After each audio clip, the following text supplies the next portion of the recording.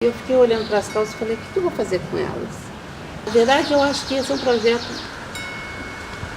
mais meu de fechar uma história. Porque eu fiquei fora 11 anos e tudo ficou ali, quietinho.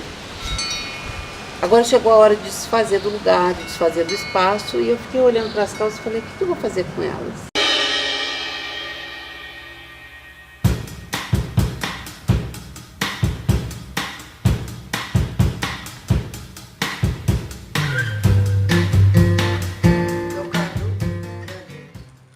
Aqui eu também de novo. Olha que delícia, né? Dá saudade mesmo. Agora lá não é mais nada, tem um prédio lá grandão. Fizeram um prédio lá na Estamparia. Eu falei com ela. Aí quando eu falava com a Preta, ih, acabou a Estamparia de vez mesmo agora. Nem essa lembrança a gente tem mais. Eu comecei no quintal, fazendo em cima de uma mesa que eu fiz uma porta em cima de um baú e comecei fazendo ali. Depois eu construí um pequeno galpão, pequenininho, devia ter uns 30 metros quadrados. E enche de mesa, já feita, chamei o serralheiro, já desenhei como que eu queria, porque eu fazia uma coisa que ninguém fazia, que era aerografia. Poucas pessoas faziam. Aerografia? Aerografia, airbrush. Ah. Canetinha com ar, mas não era canetinha. Para fazer uma peça você faz na canetinha. Para você fazer 100, eu fiquei pensando, como é que eu vou fazer para produzir 100? Vou comprar pistola de pintura. Mas eu fui fazendo a coisa se tornar industrial na intuição de como poderia ser. Eu acabei sendo a maior produção de aerografia do Brasil. Sim, a Deise era meu braço direito e esquerdo e as duas pernas. Minha cabeça funcionava na criação. Sem a Deise eu não seria capaz de fazer aquilo se tornar um negócio. Eu estava num momento bem complicado da minha vida e ela resolveu, ela falou assim, Deise, vamos trabalhar comigo, eu precisava de trabalhar, precisava de dinheiro e tal. E fomos. Eu peguei a parte financeira, para ajudar ela, a preço, porque é muito difícil, né? E ela na parte criativa. A parte financeira é uma coisa assim necessária, então eu me envolvi com ela. Mas eu gostava mesmo de estar no meio da produção. De ver a produção, de ver acontecer. Eu chegava na estamparia querendo arrumar, eu já sabia que é porque Picasso estava chegando. Então, a Deise já olhava para mim e falava assim, não, libera essa mesa aí para ela, deixa essa mesa aí. Dali eu já desenvolvia o que eu estava... Ela vinha com as ideias dela e tal, vamos, não, peraí. Porque o processo criativo é louco, né? Então eu chego, assim, nossa, isso vai dar certo, vamos tentar. E ela fazia a coisa acontecer. Tem uma visão muito bonita das coisas e fazia umas coisas muito bonitas, muito maravilhosas mesmo. Eu sempre estudei muito, mesmo quando eu viajava de férias, nunca era 100% férias. Meu olhar estava sempre atento, principalmente para a galerinha jovem. Isso era fundamental, eu prestava muita atenção em como os adolescentes se vestiam. O que eles faziam de diferença? Eles dobravam a calça, se a calça deles era mais rasgada, se era mais larga, se era mais solta, se era muito justa. Mas principalmente na mensagem que passava através daquelas figurinhas que eu ficava observando, que era sempre de transgressão. Mas aí eu tinha que dar uma azeitadinha para se tornar comercial, para poder vender. Quando o cliente não aceitava, aí eu ficava feliz da vida, porque eu ia vender na Banana Light na lojinha. Que aí era a minha cara, era aquilo que eu acreditava. Aonde acontecia a vida noturna, era do lado da minha casa. Por isso que eu falei assim, eu vou fazer, já que eu quero fazer uma coisa que não está na vitrine, eu vou fazer para mim. Se alguém gostar, vai vir aqui. E montei uma lojinha pequenininha do lado da maior casa noturna daquela época. Você lembra o nome dessa casa? Front. Fechava a rua São Mateus. Era impossível de dirigir. Eu falei, eu vou fazer uma lojinha, mas eu só vou abrir de madrugada, porque eu quero essa galerinha que está saindo para a rua para ver. Então, eu até funcionava um pouco de dia, mas eu deixava uma menina atendendo. Agora de noite eu ficava lá. E era incrível, porque as meninas entravam e falavam assim, olha aquela blusa, Ah, não, prontinha pra cair na noite, já toda montada. Chegava lá, trocava a roupa, vestia, deixava a sacolinha, você pode guardar pra mim? Eu só vou, entendeu? Então mudava todo o visual delas para vestir um pouquinho da Banana Light. Era muito legal, foi muito legal. A gente ficava aberto até 2 da manhã. Quando eu comecei a fazer a Baby Look, que foi o carro-chefe da loja, o Eduardo Del Monte foi na minha loja, entrou em contato comigo, já tinha ido ver, não sei, eu não estava lá, e aí me perguntou se eu daria exclusividade para ele, porque estava dando um barulho. Entrei na Banana Light, ela tinha um conhecimento já.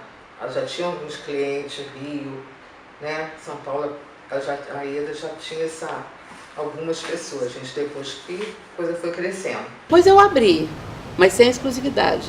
Aí eu fiz para todo mundo de fora. Eu fazia desde a Yes Brasil, que era a marca que era minha menina dos olhos, passando por Gangue, que era das popozudas, que não era muito meu estilo, mas aí fazia.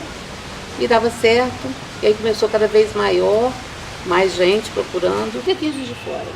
Para mim foi muito prático, porque geograficamente era perfeito. Eu atendia Rio e atendia São Paulo. Eu fiquei muito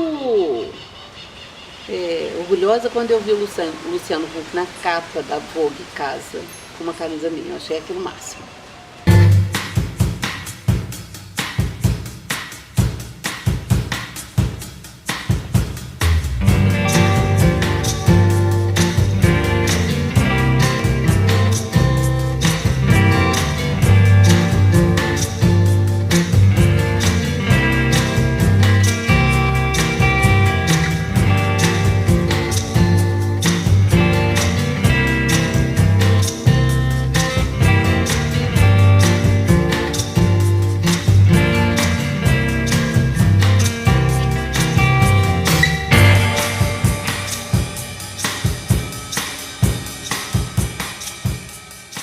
Isso aqui é da caricatura na época, que era super legal de trabalhar, que era pra galerinha jovem. Então, a aerografia, você é ar comprimido que joga tinta para ela se fixar numa base ou numa parede, do que for. Todos os meus funcionários usavam todos os equipamentos de proteção, máscara, luva, o que fosse necessário para se proteger daquela nuvem de tinta que ficava no galpão. Mas eu achava que eu não ficava lá. Eu achava que eu não... Como eu não estava na produção, eu ficava no escritório, ficava falando com o cliente, eu viajava. Mas quando eu estava produzindo essas peças mãe, que seria a primeira peça daquela coleção, eu estava lá na produção. E eu raramente usava material de proteção, nenhum equipamento de proteção. Depois de 15 anos, sem respirando tinta, eu descobri que eu estava contaminada pelo chumbo. Aqui no Brasil ainda não tem legislação sobre isso. E eu comecei a adoecer muito, ninguém sabia o que era, porque doença do trabalho não é conhecida. Não é, você não vai no médico e ele mata a charada na hora. Entendeu? Porque é uma doença muito silenciosa. E aí o chumbo vai ficando depositado no seu organismo, acaba complicando o seu fígado, principalmente, vai para a sua corrente sanguínea, vai para os seus órgãos, vai para os seus ossos, e é terrível, é terrível. Eu fui desenganada pelos médicos, mandaram para casa, não tinha o que fazer, porque não tinha o que fazer, não tem, o chumbo entrou no saco, não tem essa coisa de, você pode fazer quelação, mas eu estava tão fraca na época, e procurei ajuda, tive que procurar ajuda na medicina natural, porque a medicina alopática não tinha remédio para isso, a não ser um tratamento radical, corta um pedaço do fígado, espera nascer, crescer o outro, né? Eu não tinha força para isso. E eu fiquei muito mexida de saber que eu não ia produzir mais, mas eu poderia ter continuado com os funcionários, eu de longe, mas perdeu a liga. Então, como ela começou a sentir já as interferências da intoxicação, e era quase impossível ela entrar Então, o que a gente teve que fazer? Né? Se proteger. A gente já se protegia com máscara e tal. Mas ela teve que ser, então, ela tinha o processo da criação, mas ela não ficava na produção. Né?